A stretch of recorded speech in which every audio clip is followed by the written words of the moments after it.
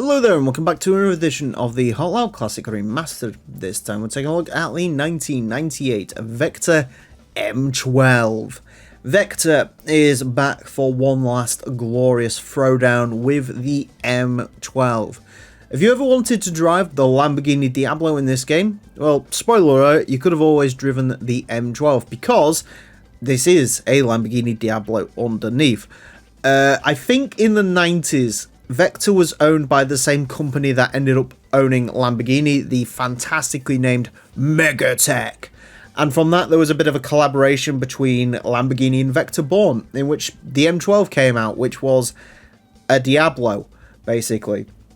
There's a fantastic story about this car. Basically, Vector owed Lamborghini money for all of the components for this car, and one of the ways they paid them, because they had no money themselves, was by giving them a W8 twin turbo, which if I was the boss of Lamborghini, I would have perfectly accepted. Yeah, Vector, fantastic company. It's a shame the M12 is a little bit forgotten about, obviously.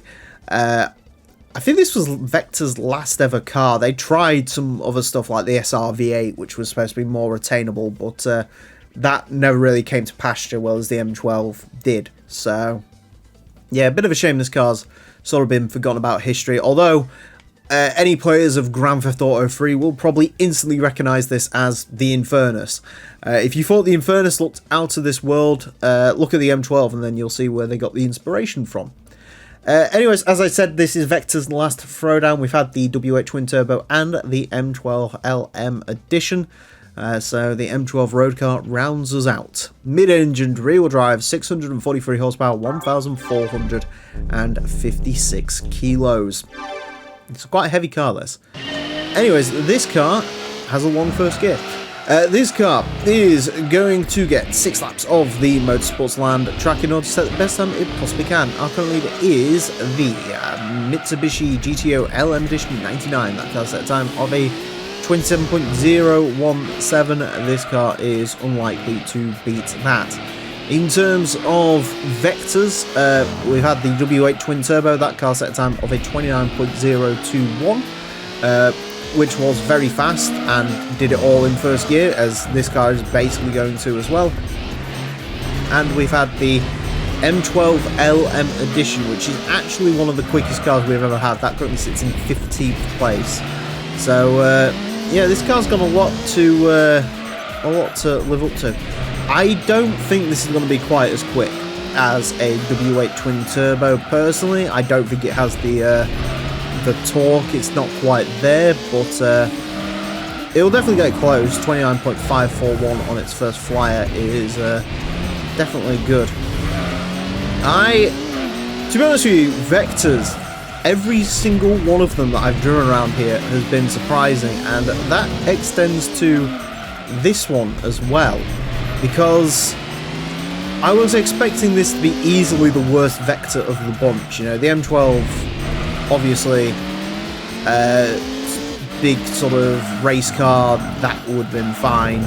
I'm surprised how quick that was, but still. W8, you look at it and expect it to be mental, but obviously because it's got a 3-speed automatic and a big sort of doggy twin turbo V8, it just makes all the power in the world, or all the torque in the world, which pulls it through really nicely. Was this, you know, natural aspirated V12, a Lamborghini underneath? It is, you know, you'd expect this one to be a little bit sort of more awkward to drive, but I guess the weight, which has been a theme in this series, weight can, well, as it can in all sort of racing games, weight can make or break a car, and in the Hot Lap Classic that has definitely turned out to be true, because we've seen some heavy cars like the, well, Unos Cosmo turn out to be atrocious, and then we see stuff like this, or Mitsubishi GTOs, and all that sort of stuff, and they turn out to drive really nicely, and I think it's because the weight sort of planting them. I think if this was 200 kilos lighter, it would probably be quicker, but it would be a lot harder to extract that lap time from it. Well, as now as it sits, it's remarkably easy. I mean, I'm full throttling out of every single corner, and I'm having no problems with getting the power down whatsoever. 29.427. Yeah, I mean, it's sort of where I expected it to be. I do think there's a little bit of time out that I sort of lost, especially in that final sector on that final lap. This could definitely be a 29.3 car, but yeah, I mean, it drives nice. It really does drive nice. It isn't, you know, again, it isn't quite a full-blooded Vector in the way it drives. It is probably the worst of the Vectors, but that's not a bad thing to be when you consider that the Vectors are quite quick around here, so yeah, definitely lost some time in that final sector. That is not great. If I had kept 7.3, yeah, we could have been like 29.2, but we'll definitely take that. That is good enough for me. A 29.427 will place this into 76th place. Goes in between the Subaru Legacy Touring Sedan RS and the CDMA 1 Turismo Supra. Admittedly, that GT500 car's time is out of date because we've had GT500 Supras since then, and they've gone closer to 28 seconds, but still, it's there. Beats quite a lot of reputable stuff, to be fair. Corolla Rally Car, Imprezas, Forester, Delta HF Integrale, quicker than the Escort. In terms of stuff equivalent to this, beats out the Lister Storm, the Roof BTR2, Dodge Viper GTSR. It is a quick car, as I said.